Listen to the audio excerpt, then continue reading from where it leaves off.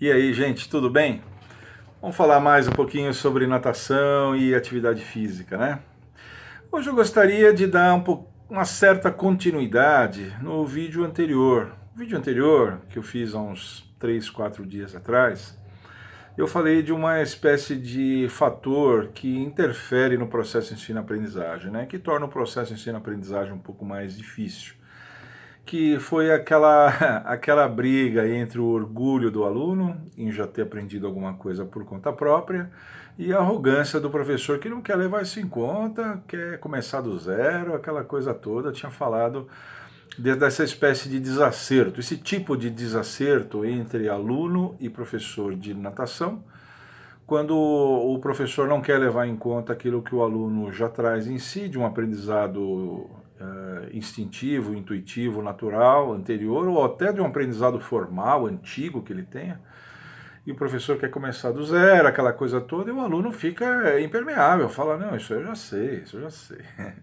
Esse foi o meu vídeo passado. Mas quando eu toquei nesse assunto, me veio essa coisa, né? Tem outros fatores que interferem no processo ensino-aprendizagem, outros fatores que a gente tem que prestar atenção, outros sinais de desacerto, outros tipos de desacerto, para a gente prestar atenção e fazer com que o processo ensino-aprendizagem do aluno adulto corra da maneira mais satisfatória possível. O processo de ensino-aprendizagem do aluno adulto já é um processo naturalmente difícil, o aluno adulto tem as suas dificuldades, tem várias dificuldades, é um processo mais lento do que das crianças, então a gente tem que ficar atento nisso.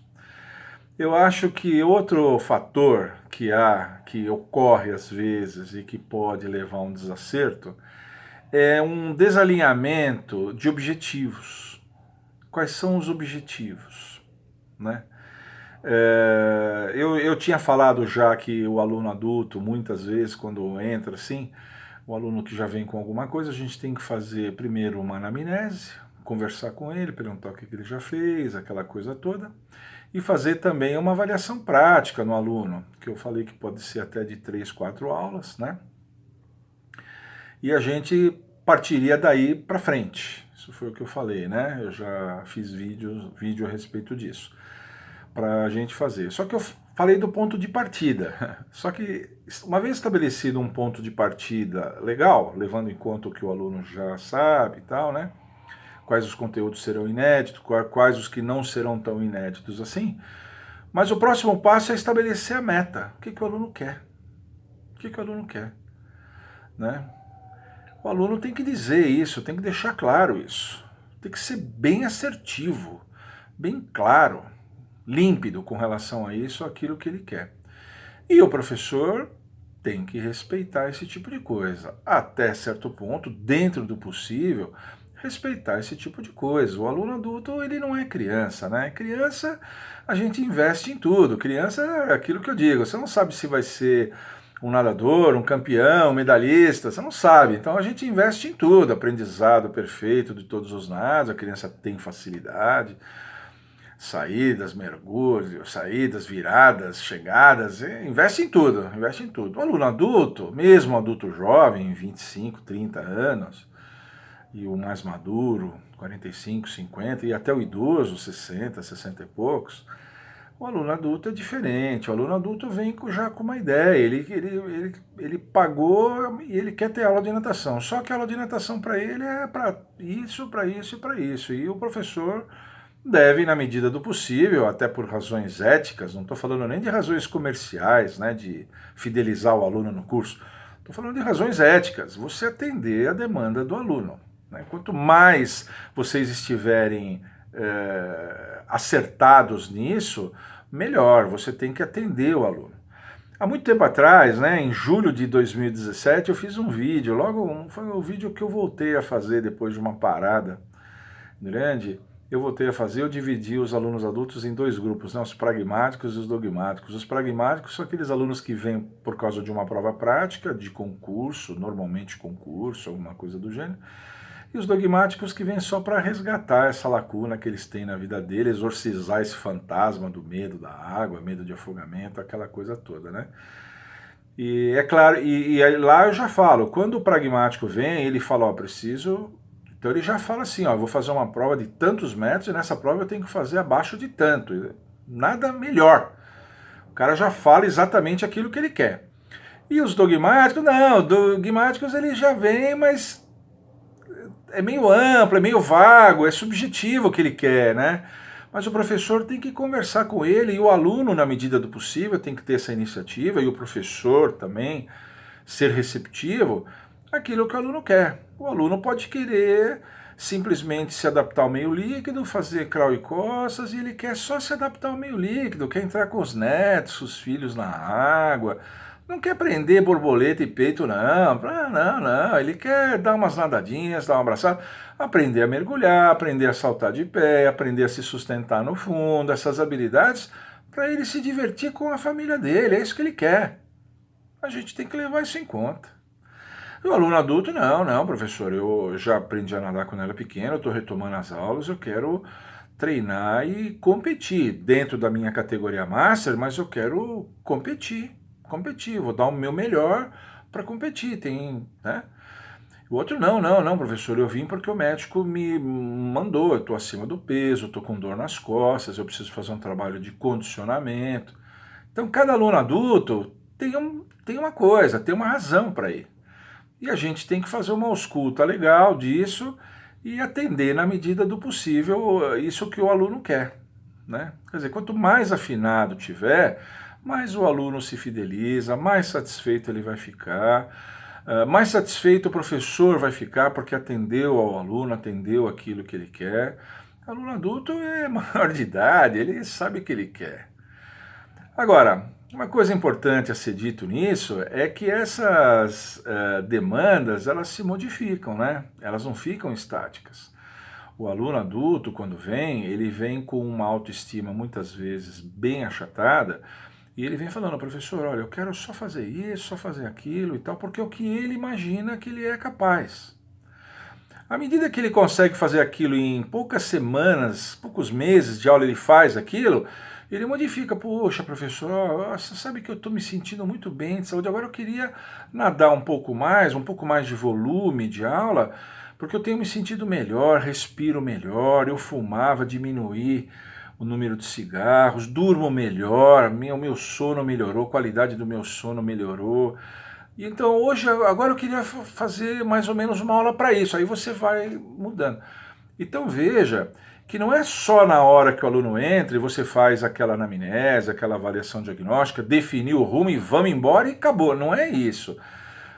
Define isso, mas tem que haver uma proximidade, né? Tem que haver um contato legal entre o professor e o aluno, o adulto, para que vocês vão decidindo as coisas à medida que a coisa evolui, porque isso pode mudar, né? Eu citei naquele vídeo que eu falei para vocês, de julho de 2017, tem aluno que entra para fazer um concurso, aí treina para fazer só aquilo, consegue fazer e ele não some não. Ele volta, professor, olha, eu gostei da aula, então eu vou continuar, e agora eu queria me condicionar, queria continuar, agora que eu... Então veja, as coisas elas mudam.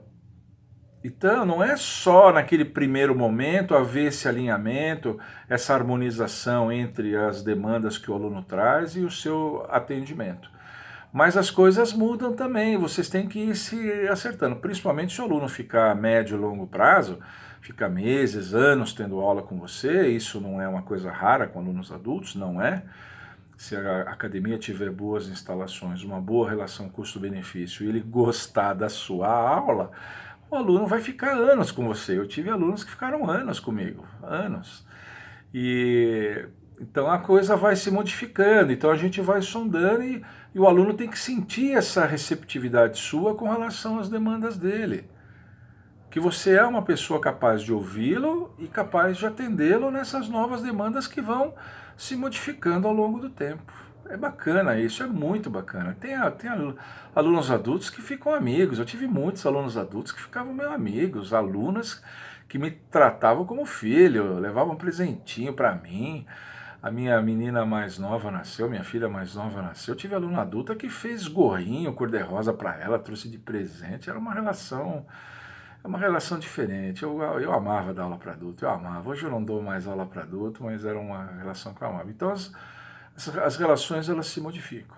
Agora, por outro lado, o aluno adulto tem que saber que existem certos limites para isso, certos limites. Eu vou dar alguns exemplos aqui. O aluno adulto chega e ele quer nadar em longa distância, porque ele quer se condicionar, porque ele quer fazer provas de longa distância e quer fazer provas em águas abertas até.